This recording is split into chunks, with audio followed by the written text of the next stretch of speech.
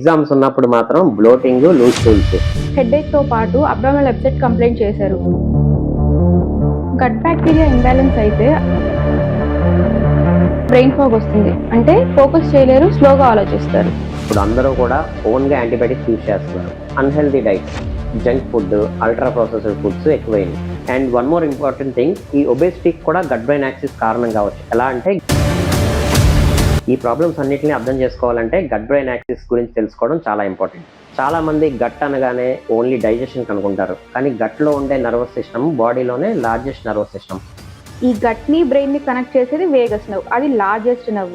So ఇదేంటంటే ఒక highway లాంటిది, ఒక బ్రెయిన్ ని గట్ ని కనెక్ట్ చేస్తూ ఉంటుంది. సో ఈ గట్ అండ్ బ్రెయిన్ కమ్యూనికేషన్ కి 3 హార్మోన్స్ మెయిన్ రోల్ ప్లే చేస్తాయి. ఒకటి serotonin, second cortisol, third ghrelin. Cortisol ఎక్కువ ఉన్నప్పుడు ఇంటెస్టైనల్ పర్మేబిలిటీ అంటే లీకీ గట్ అంటారు.